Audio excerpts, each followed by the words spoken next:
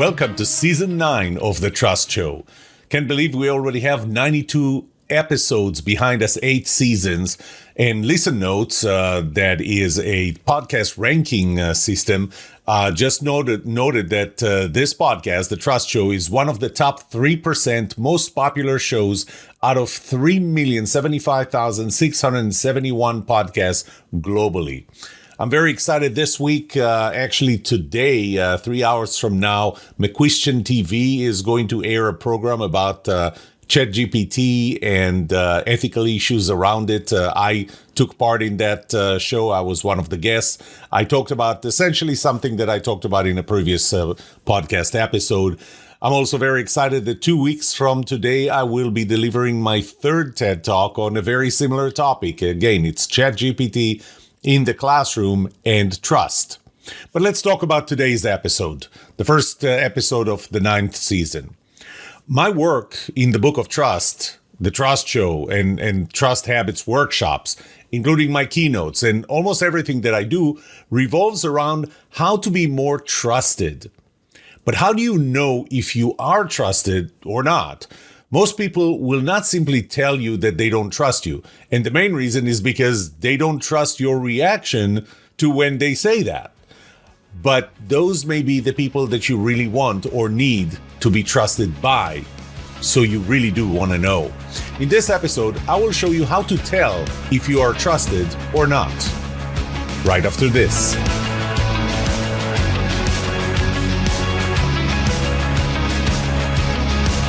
Welcome to The Trust Show. I'm Yoram Solomon, your host, the author of the Book of Trust and facilitator of the Trust Habits Workshop. My mission is simple. I want to help you form habits that build your trustworthiness, because the answer to this question will have the biggest impact on your personal and professional success or failure. Can I trust you?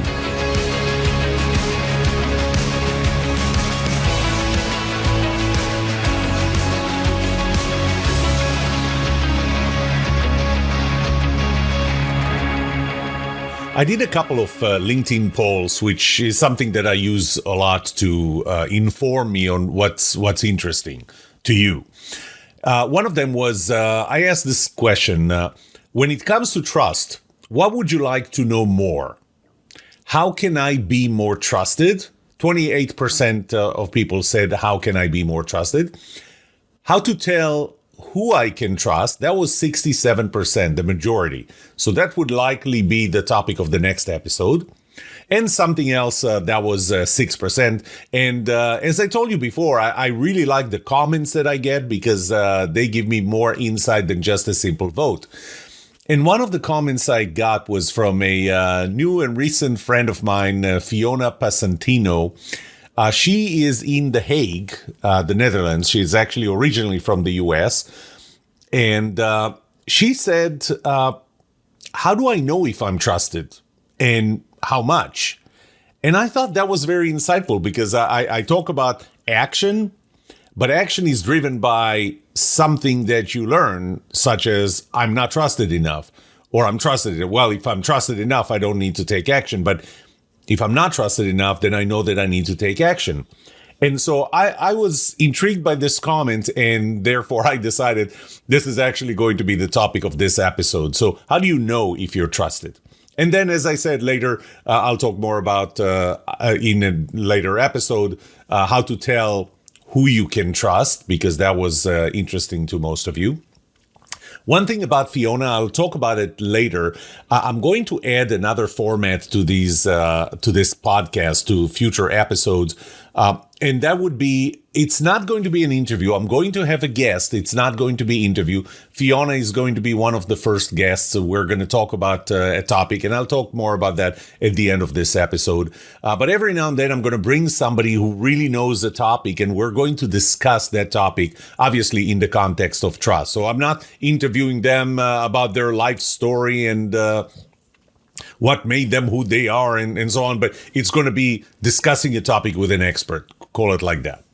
So that was one of the polls. The second poll, obviously my focus here is on work, even though my work on trust is related to a lot of different aspects of life. But the second LinkedIn poll asked this question: who do you want to know if you are trusted by the most at work? So again, at the work context, so who is it that you care about being trusted? And it's not a matter of you care about, but you want to know.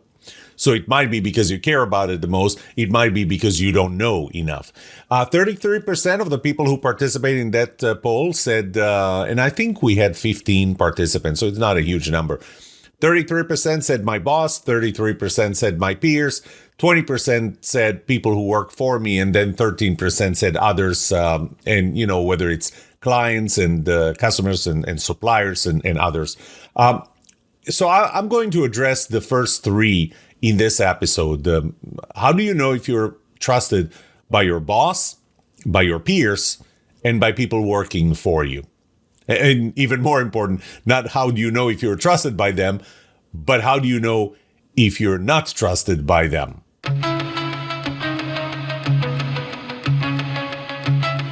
Why is it important for you to feel trusted? I took some statistics from Paul Zak from his book, The Trust Factor. He did a great research and study of close to 1,000 people and asked about high level of trust, low level of trust. But, if you're more trusted, you feel 74% less stress, 40% less burnout. You have 106% more energy, 60% you feel more joy at work. You feel 56% higher job satisfaction. You feel 66% closer to your colleagues, 76% higher engagement. And higher engagement is probably more important to the company than to you, but just look at the other things, why it's important to you. The bottom line is if you feel 50% more likely to stay another year and 88% more likely to recommend the company to friends and family, that's pretty significant. That's kind of the outcome. That's what happens. Again, the company benefits from it probably more by you staying at least another year and you recommending others, because it's hard to keep employees and hire new employees. 41% higher sense of accomplishment when you feel that you're trusted. And I have to be clear, Paul Zak talked about higher level of trust, period. Not necessarily that you're being trusted, but you being trusted is part of higher level of trust. So I'm going to apply it there. From my own research, when you're trusted, your boss is 67% more likely to give you autonomy. And we know that 78%, that was another study done by the Hope Liverpool Business School, that 78% of people really want to get autonomy. And you're 67% more likely to get higher autonomy if your boss trusts you. So that's important. Within your team, if you're trusted, people are 106%, other members of the team are 106% more likely to give you the feedback that you need to hear rather than the feedback that they think you want to hear. 76%, people are going to be 76% more receptive to feedback that you give them if they trust you, if they trust that you're coming from where you care about them. So, that's pretty important.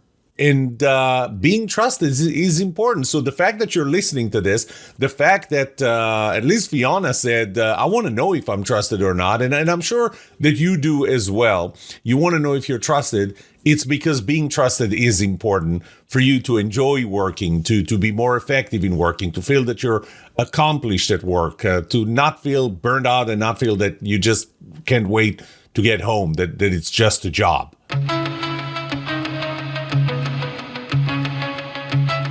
So how do you know if a person at work trusts you or not?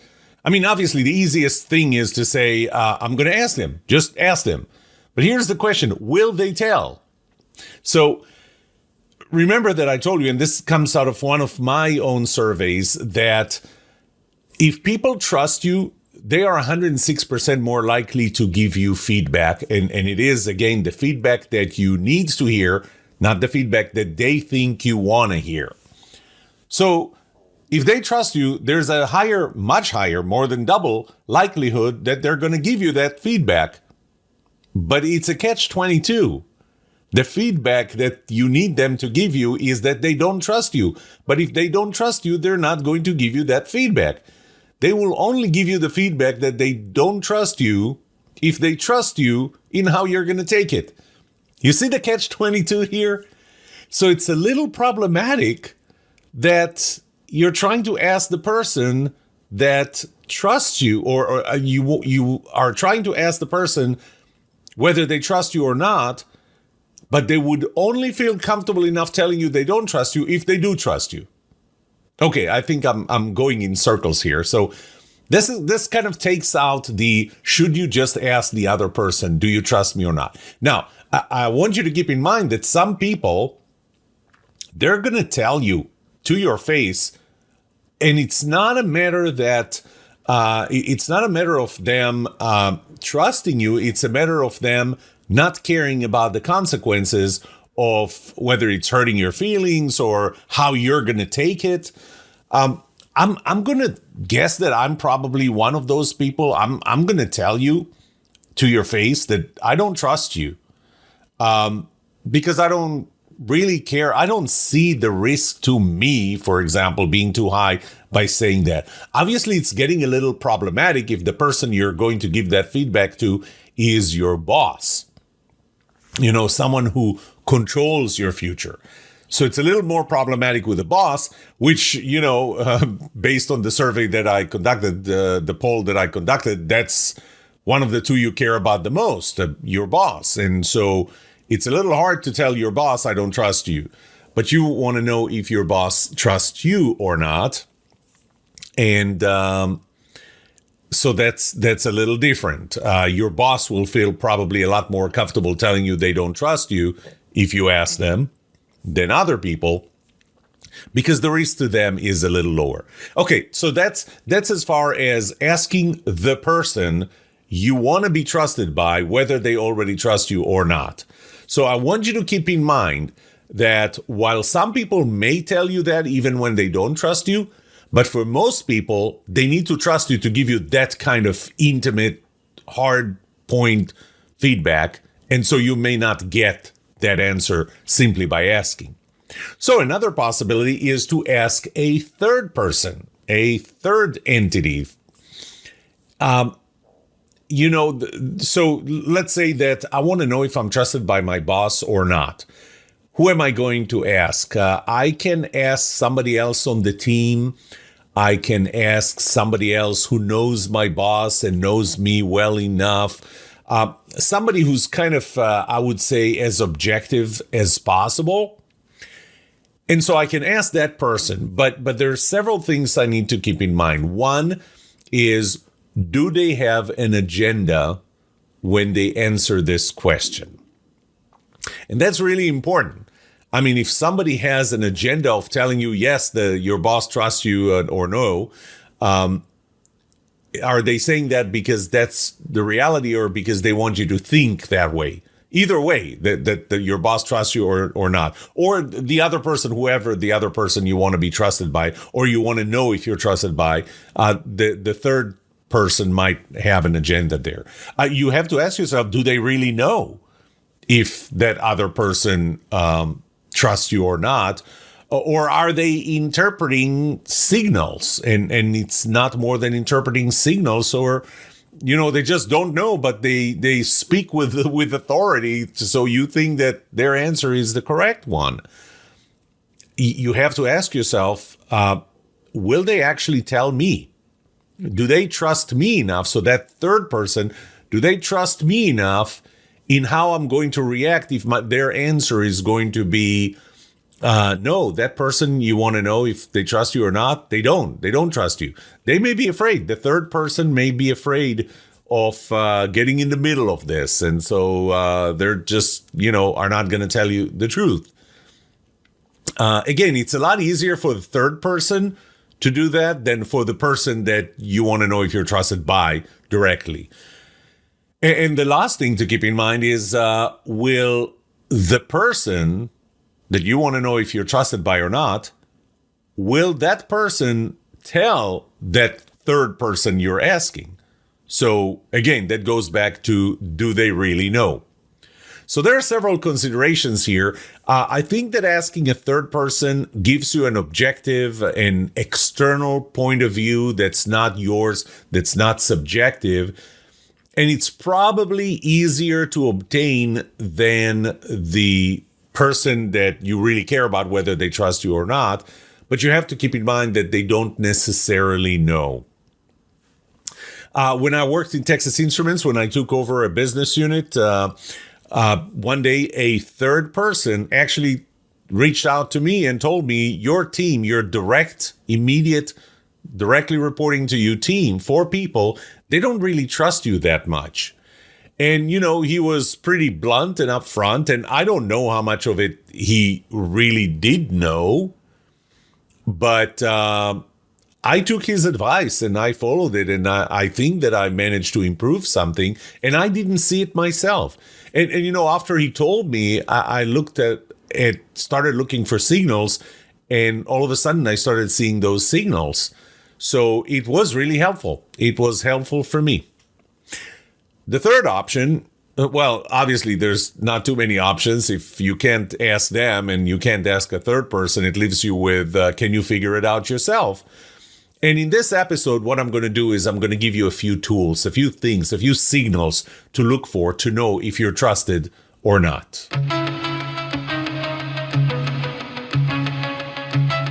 There are a few considerations you need to keep in mind because trust is relative. Again, that's one of the unique features of my, at least, approach to trust, and that's that trust is relative. Trust law number 3 is that trust is personal. So just like the same behavior that will cause one person to trust you could cause another person to distrust you, trust is personal. It has to be considered from that other person's perspective, not from your perspective. So this is where empathy plays a big role in your ability to see things from their perspective. If you're trying to be the one analyzing whether this other person trusts you or not. So keep in mind that trust is personal, that you have to see it from their perspective as if you were them, not you. Keep in mind that trust law number 4, trust is asymmetrical. We talk about trust as a two-way street. I trust you, you trust me, but it's not symmetrical. If you trust the other person, it doesn't mean that they trust you, or at least not at the same level, and vice versa. If you don't trust them, doesn't mean that they don't trust you. So don't use the fact that you trust them or that you don't trust them to determine whether you believe that they trust you or not. The fact that you trust them does not mean that they trust you. So it's not a way out for you. Another thing is, how do you measure trust? And I talked about that in season 4, episode 10 of this podcast. How do you measure trust? It's really hard to measure trust. And I use the black box approach. So trust law number 8, trust is the product of my trustfulness. I used the word trustability before, but it's not the right word. Trustfulness is the right word. So it's a product of the trust I have in you is the product of my trustfulness, which is my willing to trust other people, and your trustworthiness. And trustworthiness is really the input to this black box. It's, if I'm using the relative trust model, there are 6 components, the 3 components of who you are: competence, personality, compatibility, and the symmetry of the situation. And then there are the 3 components of what you do: positivity, that is accelerated or decelerated by time and intimacy. So those are really the inputs. Those 6 are the inputs. And so the question that you can ask yourself to know if another person trusts you is, am I doing the things that would cause this specific other person to trust me? Again, the question to ask here is, do I really know? Do I really have their perspective? I can't tell you how many times I helped organizations with a survey, and they did a survey, and people who thought that other people did not trust them, actually those other people did trust them. It just because when they thought that somebody else is not trusting them, they were not using the other person's perspective. And the other person's perspective We always think about, I think I'm trusted, and I can't tell you how many times I heard people say, I'm trusted, my team trusts me. And when I talk to members of the team, I realize not even close. But, you have to see that from their perspective, the other person's perspective. So that's very often that somebody believes that they're trusted, and in fact, they're not trusted. And that's a major issue. But you know what? Another issue that I've seen and is still an issue is when you think that you're not being trusted, where in fact you are.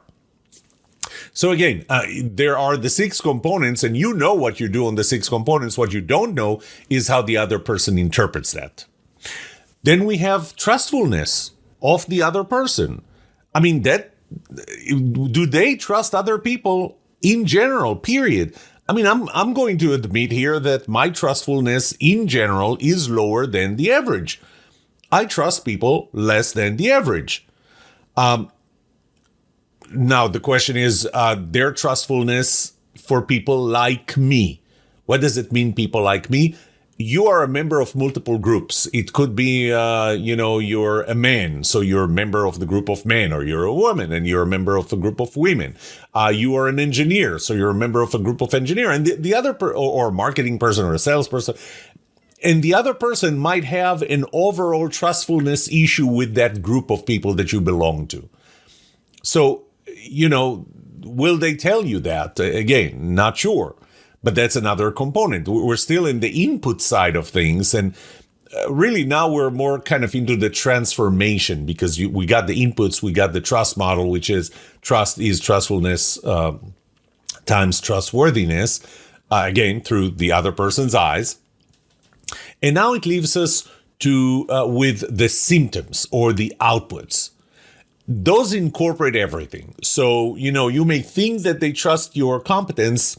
What you don't realize is that they don't feel trust as a result of personality compatibility, or in other words, they see it as a personality incompatibility, maybe even due to reasons you don't even know. So now you have the symptoms. The symptoms are the output of all of this. And what I'll do in this episode, in the remaining time in this episode, is I'll talk about those symptoms. Always keep in mind, by the way, and this is the last consideration here, that how much do you need to be trusted? So I'll go back. Law number 1 is trust is continuous. It's not they trust me or they don't trust me. It's how much do they trust me? And even more specifically, and this is trust law number 2, trust is contextual. What do you need to be trusted with? I mean, nobody is going to trust you with everything. Or I should say, very, very few people will trust you with just everything. They don't know if you're good at something, but they're going to trust you with it because they trust you so much with other things, which, by the way, is another instantiation of trust law number 5. The trust is transferable. So they trust you in one thing. Therefore, it transfers to trust you in another thing with another thing. But you have to ask, the question is, what is it that I need them to trust me with, and how much? So these are the considerations before you go and ask yourself, do they trust me or do they not trust me? For the remainder of this episode, I'll talk about those signs, those symptoms on the output of this black box that I call trust. So we're talking about symptoms, and we're going to start with your boss. So here are signs that your boss doesn't trust you. And I'm giving you those signs so that you'll make a list and you'll start looking at how your boss treats you along these lines of these components, these symptoms. And it would help you determine whether they trust you or not. So the first one, I'm going to say the most obvious one, is they micromanage you.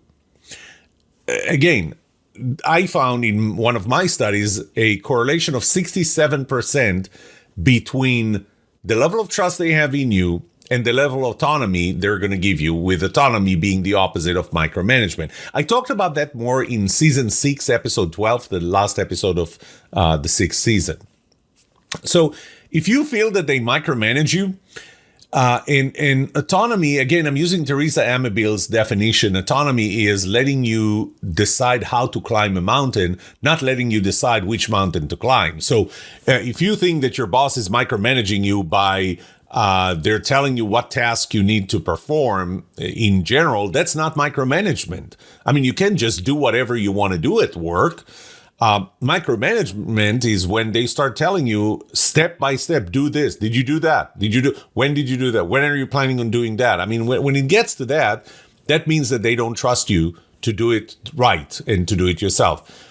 And again, there could be many reasons. One of them is personality incompatibility. And one reason for that could be that you're a procrastinator. And I'm not saying that procrastination is a bad thing. And again, I recorded a podcast episode on that as well. Procrastination is not a bad thing, but if you're a procrastinator and your boss is not, and your boss gets worried that you're waiting for the last minute, and because of that, they don't trust you, it's a personality incompatibility issue that causes them to not trust you and micromanage you as a result. Okay, next, they tell you exactly how to do your job, which is, again, part of micromanagement. They want detailed reports. I don't just want to know that you reached a certain milestone. I want the details of that. Again, it's kind of part of micromanagement. And another part of micromanagement, they constantly monitor you. They pop up. I mean, God forbid, they're going to plant something in your laptop, whether you know it or not. Well, if you don't know it, then you don't know that they don't trust you. But they want to see that you work. That you do your part, that you show up when you show up and when you don't, and they care less about the results. You have to ask for permission before you do anything. If they tell you that you have to ask for permission before you do anything, that means they don't trust you.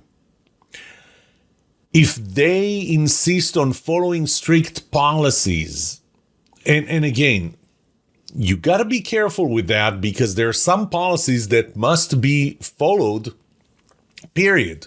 And it's not only if you're in the defense industry and there's life and death on the line by not following policies versus following them. But there is a sexual harassment policy that prevents employees. Well, your boss demanding strictly that you follow these policies doesn't mean that they micromanage you, doesn't mean that they don't trust you. You have to keep in mind that there can be exposure to the company. Here's another interesting one. They want everything done in writing. Often you want something done, and if you trust the other person, then their word is enough. When they say it's done, when they say I did it, that means that they need that they're good without you writing it.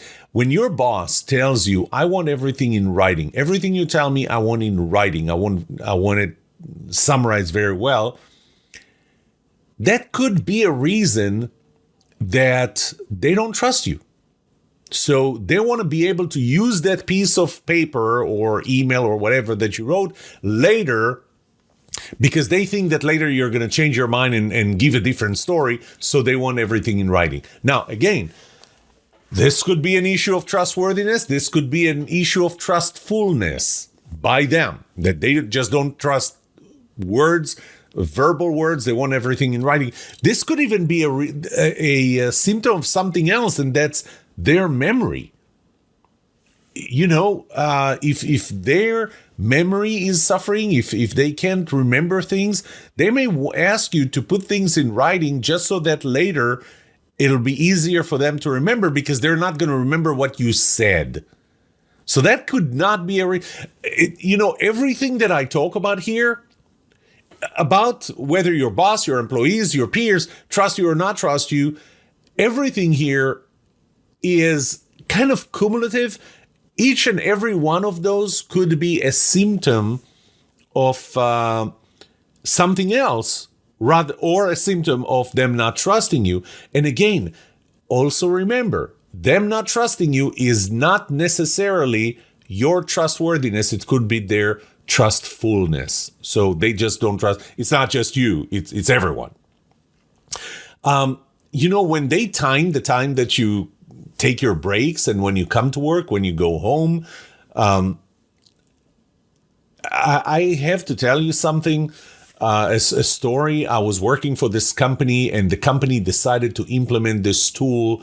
I'm not going to name the specific tool, but it was a tool that timed the work that our engineers were working on a specific project versus another project. And it was so that they can allocate things.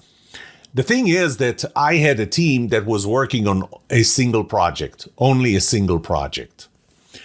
And so I said, look, what's the point in them writing that time if they're only working on that specific project? Top management would not listen. CEO would not listen and said, no, you're going to implement it, period. Well, a month goes by. We have our budget manager showing up to our executive team meetings and reporting on the time allocation by the engineers to the different projects. And at some point, and he always complained that your engineers haven't filled all the reports and so on, to everyone, not to me, to everyone on the executive team, everybody who's running a team. And then one day he said to me, I don't get it, Yoram. You're the one person that very vocally, very passionately argued against your engineers working on that, but your engineers actually are the best in filling those reports. How come? And so my answer to him is, if you check the time when they submitted the reports, you will see that my entire team submitted the report within the same 10 minutes or so. So he looked at it and he goes, yeah, you're right. So what, you do like a report filing party or something? I said, no. In fact, if you ask my employees, you know what they're going to tell you? They're going to ask you, what exactly is this tool? They never heard of this tool before. I filled it for them. So one part that a boss does take, that a leader does take, is to separate their employees from, pardon my language, from crap that the organization pushes down. So, but when your boss is the person that says, I'm timing your breaks and there's no company requirement to do that, that's a sign that they don't trust you. When they seek a second opinion on everything you suggest, you bring up something and they go, well, I want to run it by other people as well. Again, every one of those by itself may not be a sign that they don't trust you, but when you start getting a lot of those together, that's a sign that they don't trust you.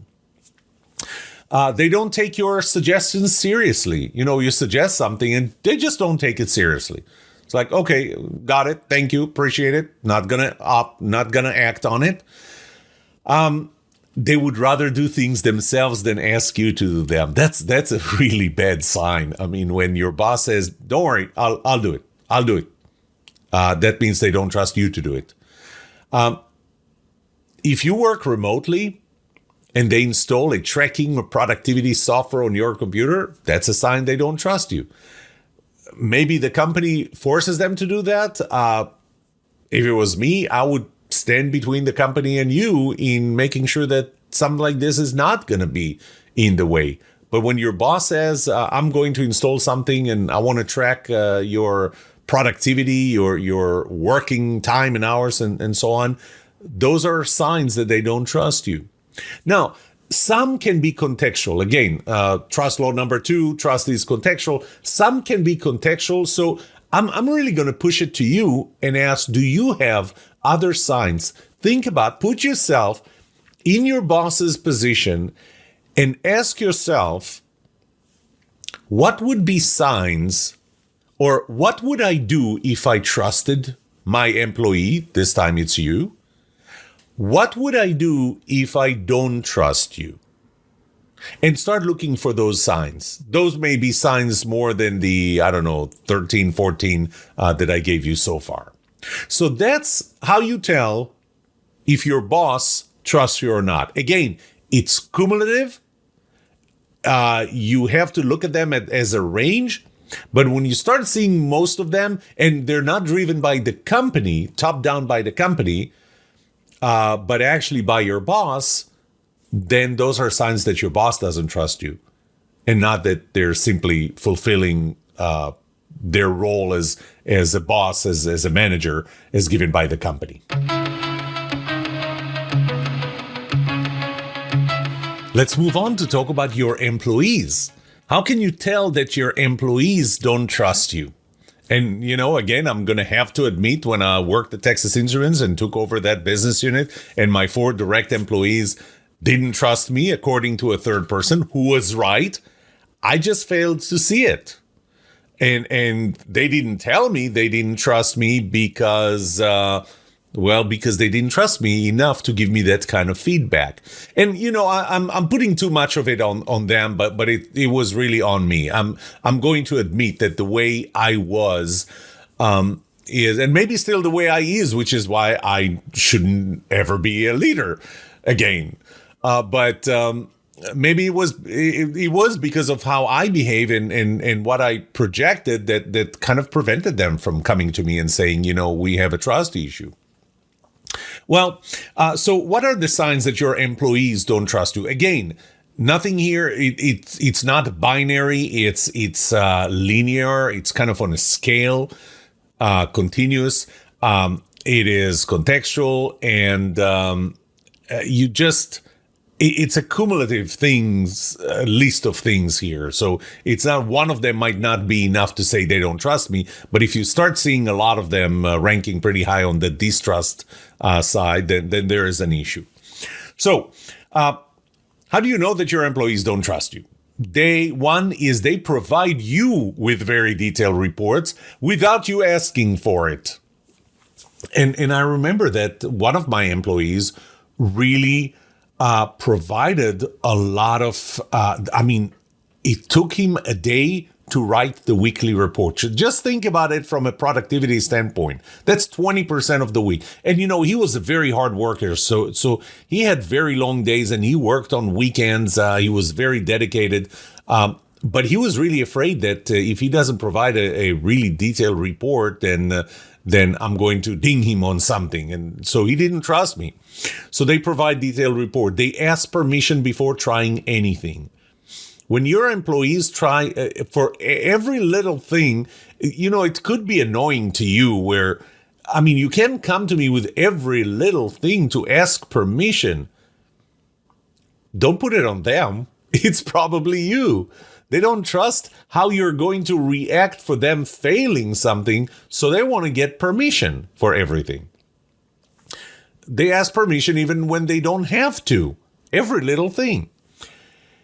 When they avoid giving you bad news and you have to hear about bad news from another source and you know that your employees knew that, they just didn't want to come to you, that means they don't trust you. They don't trust how you're going to react when they give you that piece of bad news.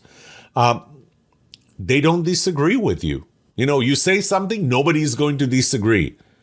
Well, because they don't trust you for your reaction when they disagree.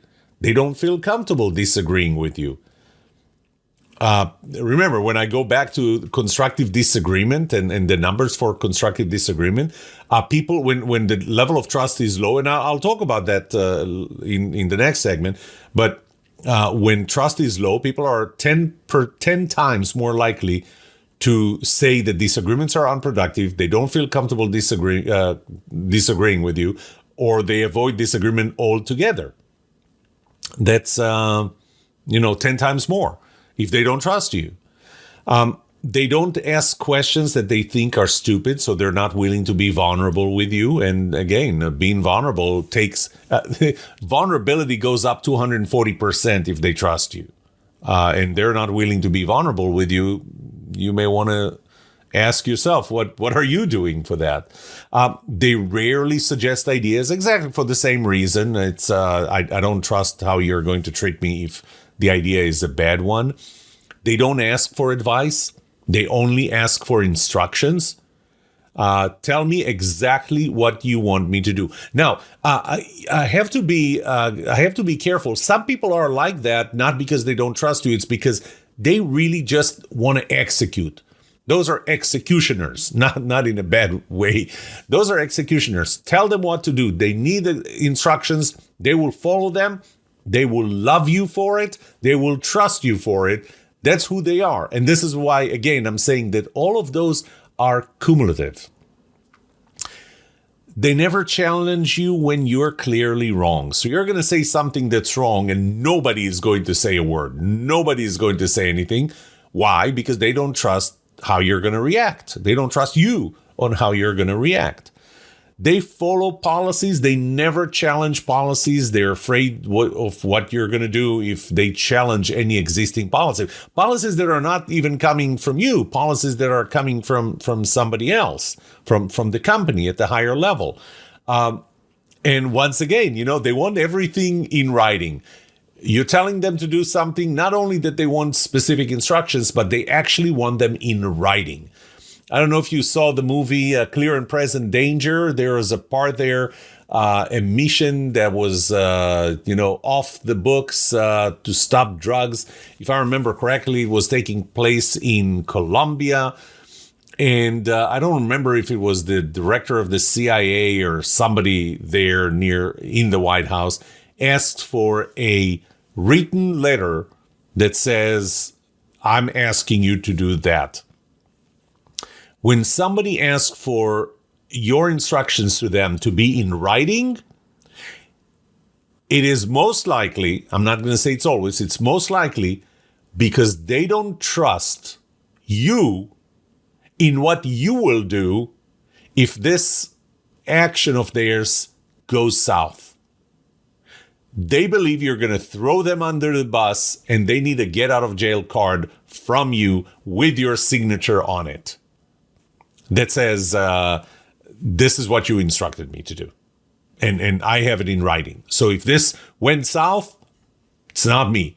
Now, this could be them. I mean, this could be, remember I told you that the Liverpool Hope Business School did a study and 78% of people in that study said that they want autonomy. That means 22% didn't. And maybe this is one of those people who does not want autonomy. They don't want to make their own decisions. So they're asking for your instructions. But again, cumulatively, what does it mean? And, the final point, again, I gave you, I think, 10, 11 different points here on how do you know that your employees don't trust you. But again, put yourself in an employee's shoes. Well, it's more than in their shoes. Real empathy is your ability to see things from their perspective as if you were them, not just you in their shoes. So if you look at it from their side as if you were them, what would you do if you didn't trust the boss, who really is you? What would you do? How would you act? How would you behave if you did trust your boss, who's really you? And there could be things that are beyond that list that I gave you. So think about those things and then start asking yourself, so are they doing those? Which side of this are they? The side of high trust or the side of low trust?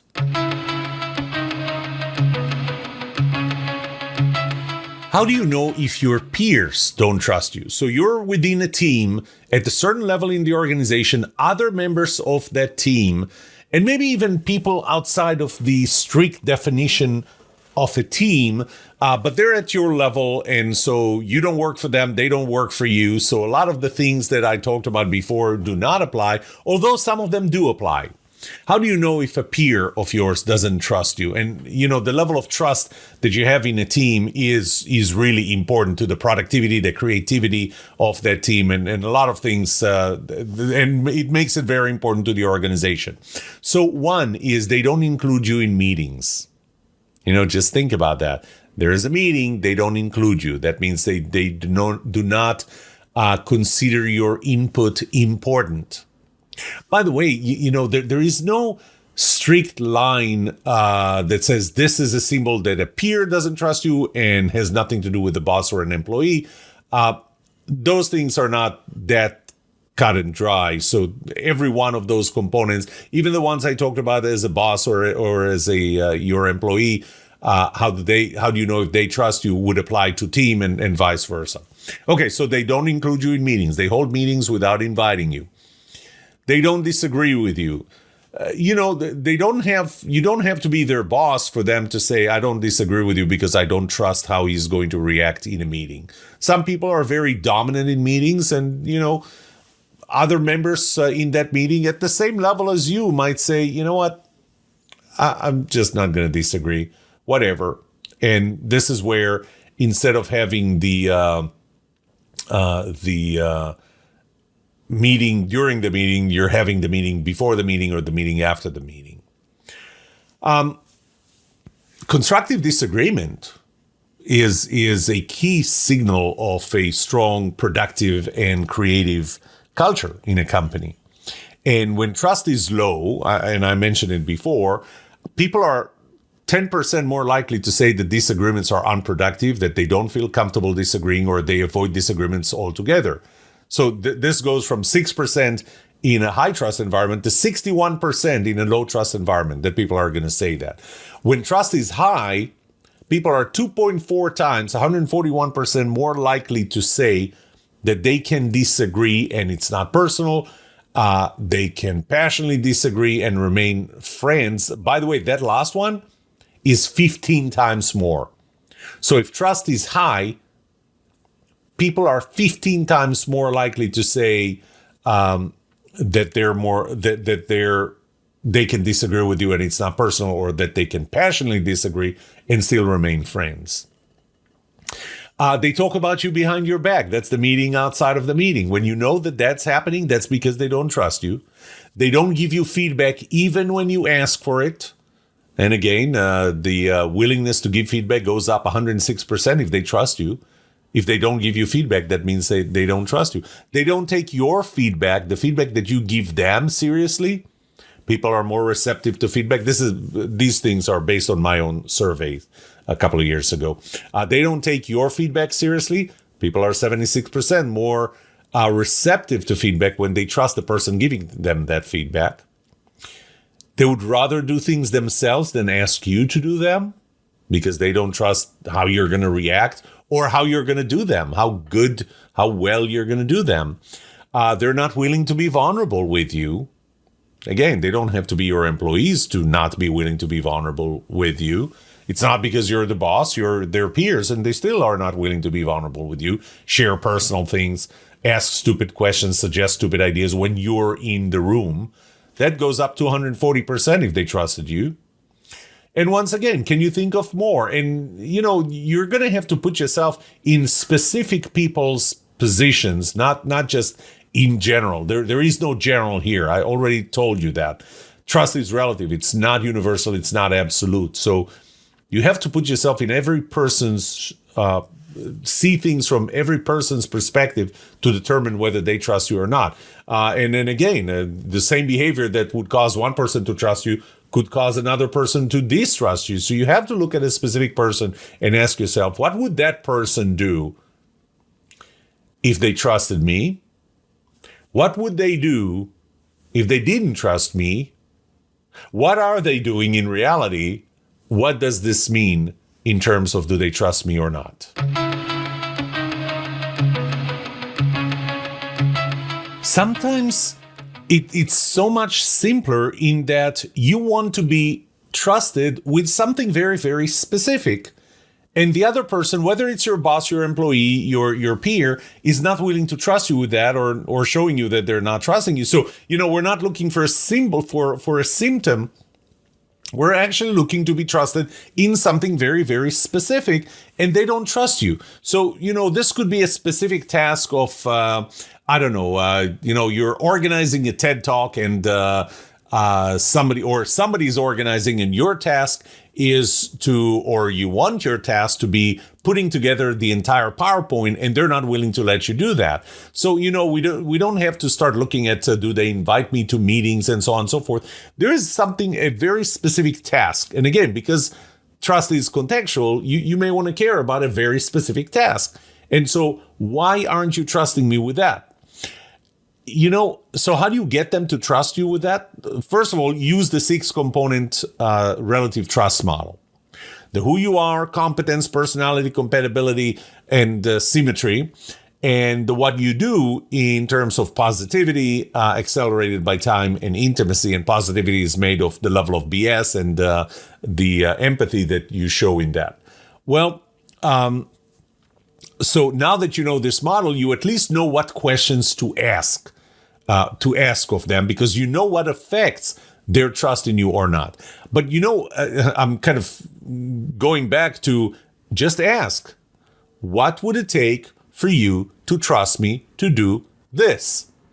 When you ask this question, first of all, they may have never thought about this question oh, you know what? I didn't realize. First of all, I didn't realize that when I didn't let you do this, I missed the point that you wanted to do that. That could be a something you misinterpreted. You thought they don't trust you. They just didn't know that you wanted to do that.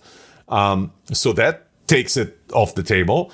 But the second thing is now maybe they will realize that, if now that I think about that, no, I actually think I can trust you with that.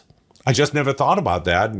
Maybe because trust is transferable, I didn't trust you with something else. Hopefully they'll tell you that. And it transferred into, I don't trust you with this either. And maybe now they realize that those are two different things, and maybe they can trust you with that. Another value of asking them, what would it take for you to trust me to do X, whatever X is that the fact that you're asking is an indication that you might be trusted. Just by showing that this matters to you, that you really care about being trusted. And they may tell you, and you may actually start a dialogue after which they're going to say, you know what? I'm willing to give it a chance, to give it a try. And I'm going to trust you with that. And, maybe it's not going to be as much trust as you would want to have. So maybe they will micromanage you just a little. Maybe they would want to have interim reports a little more than usual and so on. But that's better than them not letting you do this task at all.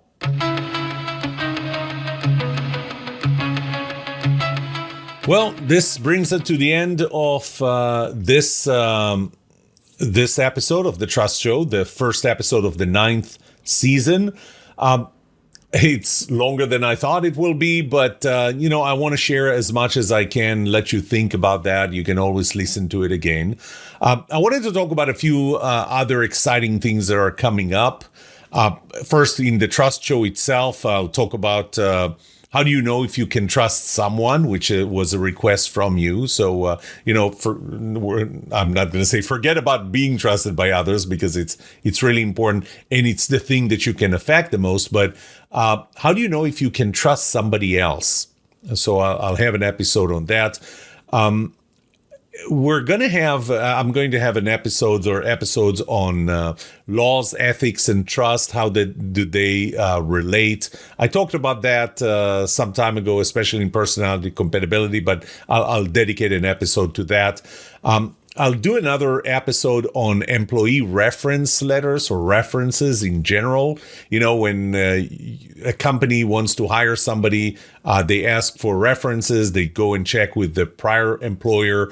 There's a whole issue on how you address reference letters.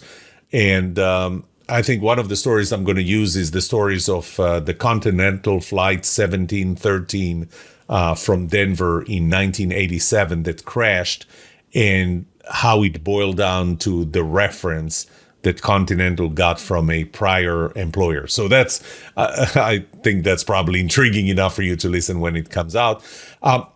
But I'm also going to, I'm going to talk about trust in HR.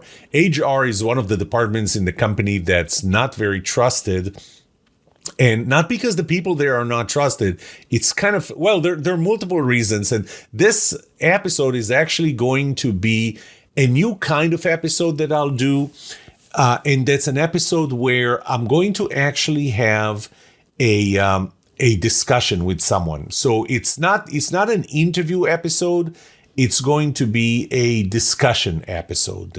Call it a discussion with an expert, a conversation. So Fiona, told you about her at the beginning of this episode. She's out of the Netherlands, and I'm going to, again, not interview her. We're going to have a discussion. She, a lot of her professional life was in HR, and we'll talk about the trust that people have or don't have in HR. A few other things that are pretty exciting are a workshop that I'm going to be delivering later this month on trust in HR and how HR can help other people in the organization be more trusted. Another topic that's kind of started taking over my life is the relationship between trust and artificial intelligence or robots. Can you trust artificial intelligence? Can you trust robots? You may have heard of the open letter that was initiated by Elon Musk, and I believe by now signed by about 50,000.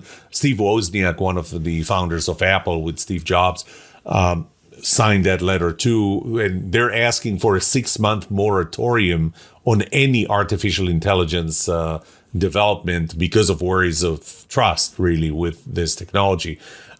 So it kind of a variation of it. ChatGPT, I just interviewed in a TV show by McQuestion TV that actually will air today in less than 2 hours. But there's a link. It's already on YouTube. You can find it there. And the last thing is I have a TED Talk coming. I mentioned that, I think, in 2 weeks today, I will take the stand on my third TED Talk. And this one is, again, it's related to a podcast episode I recorded in season 8. The title of this specific TED Talk is going to be 3 reasons why you should trust your students with ChatGPT. I'll see you in the next episode.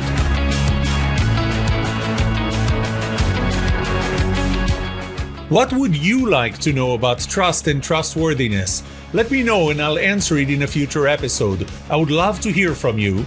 Email me at yoram@thetrustshow.com. If you like this episode, subscribe to the show so you will automatically get notified when I release a new episode. Rate it. Write a review for this podcast because those ratings help not only you, but also others looking for podcasts just like this. If you're looking for more resources to learn about how to build trust, be trusted, or know who to trust, look up my workshops, online courses, books, or go to my website, trusthabits.com.